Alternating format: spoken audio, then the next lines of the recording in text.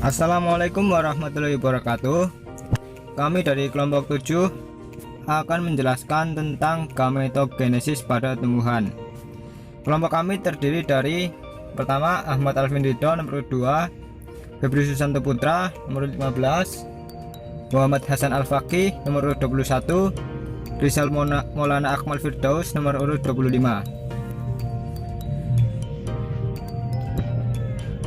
Ya, jadi pengertian gametogenesis. Gametogenesis merupakan proses pembentukan sel-sel gamet di dalam tubuh makhluk hidup. Pada proses perkembangbiakan generatif atau seksual, hewan maupun tumbuhan, bahan baku tersebut berupa sel kelamin yang disebut gamet. Gamet jantan dan betina diperlukan untuk membentuk zigot, embrio, dan kemudian individu baru. Lebih jelasnya tentang gametogenesis yaitu gametogenesis terjadi pembelahan meiosis yang terjadi pada organ reproduksi tumbuhan dan hewan. Semua gamet yang terlibat dalam reproduksi generatif yang dihasilkan melalui proses meiosis. Dan hasil dari gametogenesis adalah sel-sel kelamin jantan dan betina yang siap mengadakan pembuahan dan akan menjadi makhluk hidup yang baru.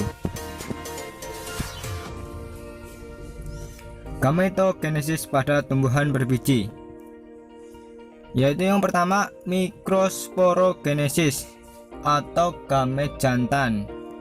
Yang kedua yaitu makrosporogenesis, yang yaitu merupakan gamet betina. Pertama yaitu mikrosporogenesis. Mikrosporogenesis adalah proses pembentukan gamet jantan yang terjadi di dalam kepala sari. Di dalam kepala sari terdapat kantung serbuk sari yang di dalamnya ada berbagai sel-sel induk serbuk sari atau mikrospora yang diploid. Gambar proses mikrosporogenesis teman-teman bisa melihat pada gambar di samping. Yang kemudian yaitu makrosporogenesis. Makrosporogenesis merupakan pembentukan gamet betina yang berlangsung di dalam ovarium atau bakal buah. Di dalam ovarium terdapat bakal biji atau ovulum yang mengandung sel induk megaspora. Proses makrosporogenesis atau megasporogenesis bisa teman-teman lihat pada gambar di samping. Nah, untuk lebih jelasnya tentang proses mikrosporogenesis akan saya jelaskan. Yang pertama, sel induk membelah secara meiosis menjadi sepasang sel. Sel induk tersebut yaitu mikrosporosit dan mengalami pembelahan meiosis 1. Sel induk ini berada di kepala sari, mengalami pembelahan, kemudian menghasilkan mikrospora, yang setiap mikrospora mengalami karyokinesis atau pembentukan inti, sehingga menghasilkan dua inti yang bersifat haploid. Inti tersebut yaitu inti generatif dan inti vegetatif. Kemudian inti generatif membelah menjadi dua, yaitu inti generatif 1 dan inti generatif 2 atau disebut sel sperma, dan sedangkan inti vegetatif tetap menjadi inti vegetatif. Selanjutnya yaitu proses megasporogenesis atau pembentukan gamet betina. Proses megasporogenesis terdapat dalam ovulum. Di dalam ovulum terdapat induk megaspora. Megaspora kemudian membelah secara meiosis menjadi 4 sel. Nah, ini 4 sel.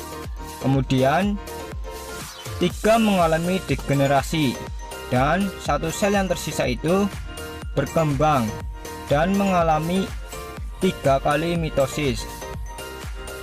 Mitosis yang pertama menghasilkan 2 sel megaspora, dan yang mitosis yang kedua menghasilkan 4 sel megaspora. Kemudian mitosis yang ketiga menghasilkan 8 sel megaspora. Hasilnya sel besar yang disebut kandung lembaga muda yang mengandung 8 inti haploid. Kemudian 8 inti tersebut mengalami pembelahan sitoplasma dan menjadi kandung lembaga.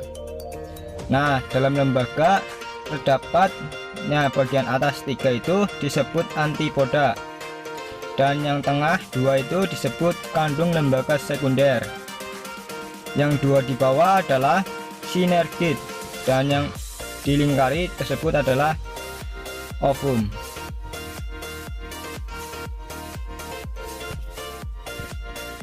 Nah, selanjutnya yaitu ada kuis. Kuis yang pertama adalah jelaskan hasil dari proses mikrosporogenesis, dan yang kedua yaitu jelaskan hasil dari proses makrosporogenesis. Sekian dari kami. Bila ada kesalahan mohon dimaafkan. Wabillahi taufiq wal hidayah. Wassalamualaikum warahmatullahi wabarakatuh.